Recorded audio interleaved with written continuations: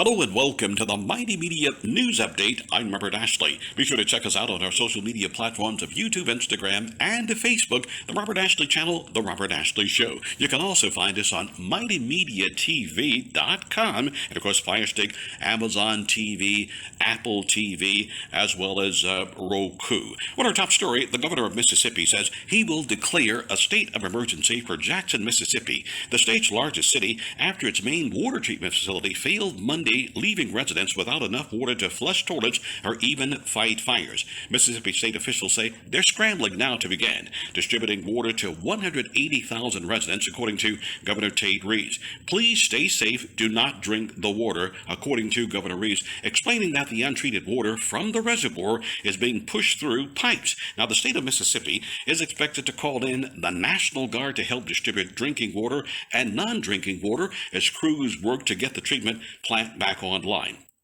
On Monday evening, Jackson, Mississippi residents say they were hit with a record-setting rain that resulted in the Pearl River cresting at a very dangerously high level. The United States government faces a deadline today to respond in writing to former President Donald Trump's request for a special master to oversee the FBI's review of evidence seized at his Mar-a-Lago residence. Now, a special master is a third-party attorney appointed by a court to oversee a part of a certain case. A federal judge has signaled a preliminary intent to grant the request, which could bring new complications for the Department of Justice's closely watched investigation into the White House documents former President Donald Trump took to Mar-a-Lago. Now, if appointed in the former president's case, the special master could oversee the Justice Department's review of the evidence gathered from his private club and filter out privileged material that may have been seized during that particular search. The United States has assessed that Russia is now in possession of weapons-capable Iranian drones that it will likely deploy on the battlefield in Ukraine. That, according to the Biden administration, reports are indicating that from CNN. Now, the drones are capable of carrying precision-guided munitions and can be used for surveillance, according to the Biden administration.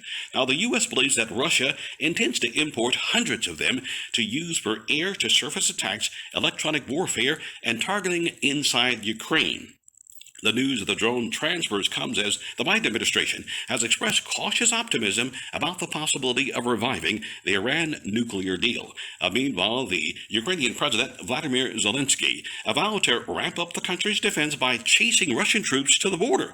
If they want to survive, it's time for the Russian military to run away, go home, according to President Zelensky.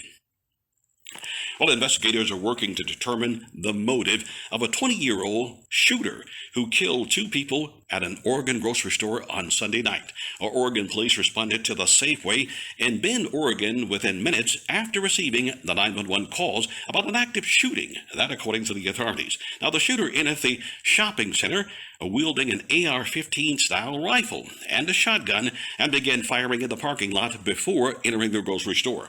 As police rushed into the store, they could hear gunshots, but then discovered the gunman dead at the scene from a self-inflicted gunshot wound. Police say they were aware that the shooter may have posted information online regarding the shooting as well as future shootings. The investigation remains ongoing. We'll keep you posted right here on the Mighty Media News Update. And finally, more than 11 years after Japan's worst nuclear disaster, the town that hosts the disabled Fukushima Daiichi nuclear power plant finally lifted its evacuation order today, allowing former residents to return home. Now, the town of Futaba, previously deemed off-limits, is the last of 11 districts to lift its evacuation order. On March 11, 2011, a 9.0 magnitude earthquake struck off Japan's east coast, triggering a tsunami that caused a major nuclear meltdown at the power plant and major release of radioactive material.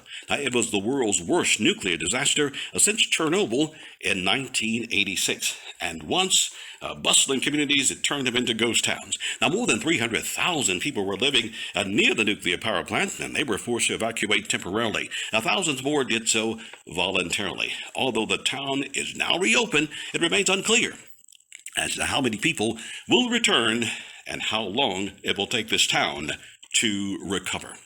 Well, you've been listening to the Mighty Media News Update. I'm Robert Ashley. Now be sure to check us out on our social media platforms of YouTube, Instagram, and Facebook. For the Mighty Media News Update, I'm Robert Ashley.